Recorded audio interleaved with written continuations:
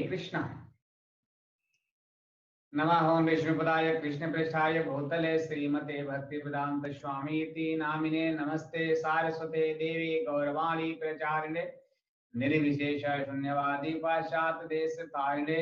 जय श्री कृष्ण चैतन्य प्रभु नित्यानंद श्री अद्वैत गदाधर शिवासादि गौर भक्त वृंद। हरे कृष्णा कृष्णा कृष्णा हरे हरे, हरे राम राम राम हरे हरे। तो भगवान जो है ये 20 नंबर श्लोक में 20 नंबर में बता रहे हैं कि यह आत्मा का उत्तर बताते हैं कि भाई शरीर को कोई नहीं मार सकता है। उसके उत्तर में भगवान जो है बता रहे हैं कि न जायते म्रियते वा कदाचिन्नायं भूत्वा भविता वा न भूयः अजो नित्यः शाश्वतो अयं पुराणो न हन्यते हन्यमाने शरीरे।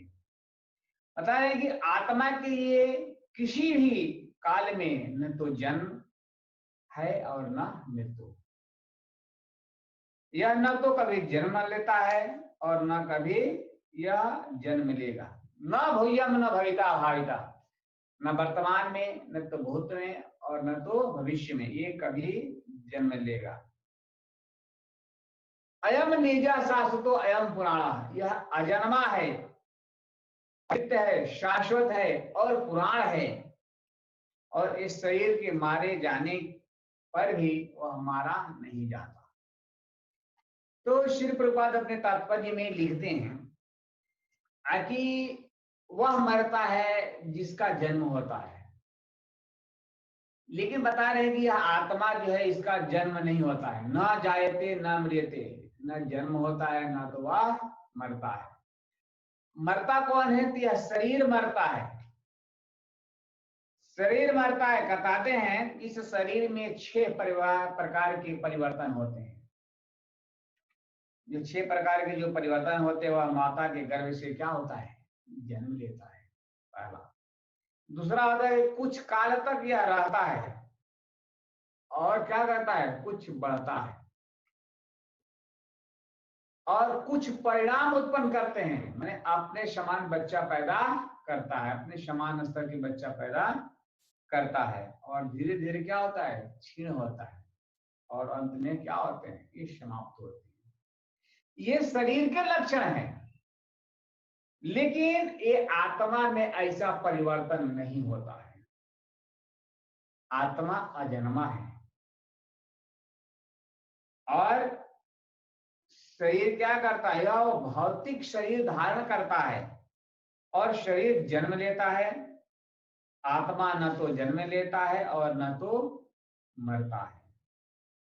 जिसका जन्म होता है उसका मृत्यु होता है, जिसका जन्म ही नहीं होता उसका मृत्यु कैसे? इसके लिए यह न तो भूत में, न तो वर्तमान में, न तो भविष्य में, वह क्या है? नित्य है, शाश्वत है, सनातन है और उसके जन्म लेने का कोई इतिहास भी नहीं है। कोई इतिहास नहीं है कि आत्मा का कैसे जन्म होता है। करें कि हम अपने शरीर के प्रभाव में आकर आत्मा को जन्म और मरण आदि का क्या है? इतिहास खोजते हैं कि यह आत्मा क्या होता है? जन्म लेता है, मरता है, लेकिन शरीर की तरह यह कभी वृद्ध नहीं होता। वह बचपना में जब हम रहते हैं, छोटे रहते हैं, उस समय भी आत्मा वही रहता है और जब युवावस्था में प्रवेश करते हैं आत्मा वही रहता है और जब हम वृद्ध हो जाते हैं उस समय भी आत्मा वैसे ही रहता है। ये नहीं है कि वृद्ध के शरीर में दूसरा आत्मा है, ऐसा नहीं होता। करेंगे आत्मा जो है इस शरीर की भांति वह क्षीण नहीं होता है और आत्मा का कोई उप सृष्टि नहीं होती और शरीर के क्या होता है? उप सृष्टि होती है, जिसको संतान हम कहते हैं। और कह रहे हैं कि आत्मा के उपस्थिति के कारण ही ये शरीर क्या होता है? वृद्धि करता है, वो वृद्धि करता है।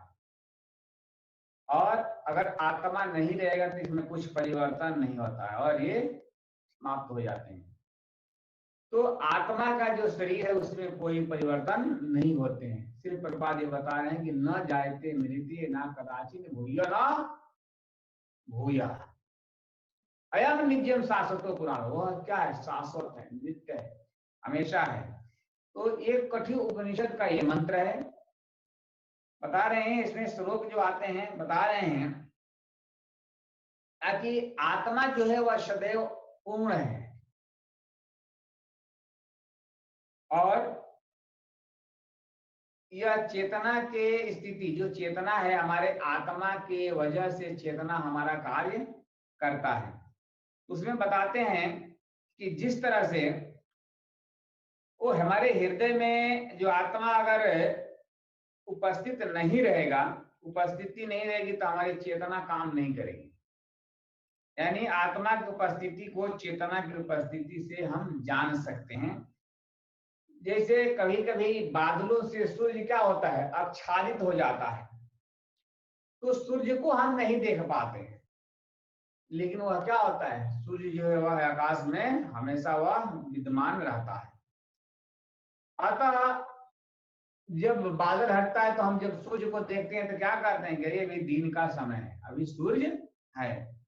ठीक उसी प्रकार से यह जो आत्मा है, आत्मा की वजह से क्या होते हैं, हमारे शरीर में परिवर्तन होते हैं। कहते हैं कि सूर्य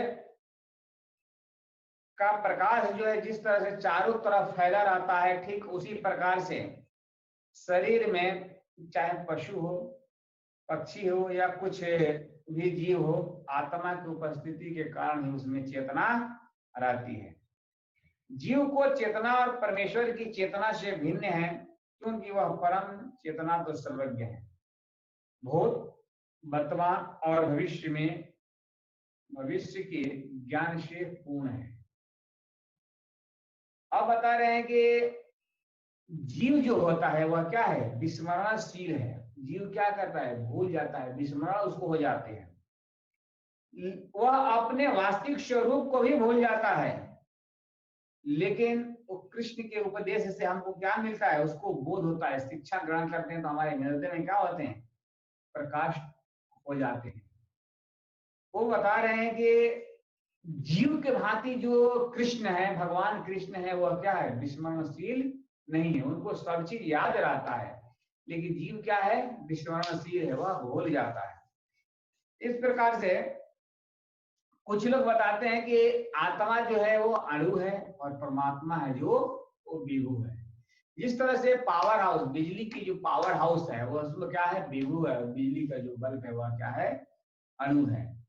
इस प्रकार से कठोपनिषद में इसकी पुष्टि होती है कि अरुण यान मनुष्य हतो मह्यान आत्मश्य जनतो निहता गुहाय तम क्रांतु पश्यति बीत शुक्रो धातु प्रसाद निहान मात्मनः। कह रहे हैं कि परमात्मा तथा अणु, आत्मा, ये दोनों शरीर रूपी वृक्ष के जीव के हृदय में विद्यमान रहते हैं, और उसमें जो समस्त जो इच्छाएं होती है तथा शोक से वह मुक्त हो चुका होता है। वही भगवत कृपा के आत्मा की महिमा को समझ सकता है। अगर भगवत कृपा नहीं होगी तो हम अपने आत्मा के बारे में नहीं समझ सकते।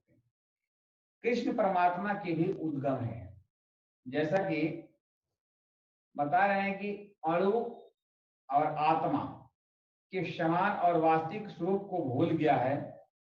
इसीलिए भगवान कृष्ण जो है वो बता रहे हैं अर्जुन को कि हमको गुरु के शरण में जाना चाहिए, कि जब तक हम गुरु के शरण में नहीं जाएंगे ये सब मेरे मन में विचार उत्पन्न नहीं होंगे। अब हम भेद नहीं कर पाएंगे कौन शरीर है, कौन आत्मा है, कौन परमात्मा है, भगवान क्या है। इसके लिए भगवान को क्या बता रहे हैं, वह हमको प्रतिनिधि अपने गुरु को खोज करनी चाहिए। जो रजिस्टर्ड जो शाखाएं हैं उसमें हम जब अपने गुरु के जब शरण में रहेंगे तो हमको धीरे धीरे ज्ञान का क्या होगा, प्रबुद्ध हो जाएंगे, बुद्धि हमारी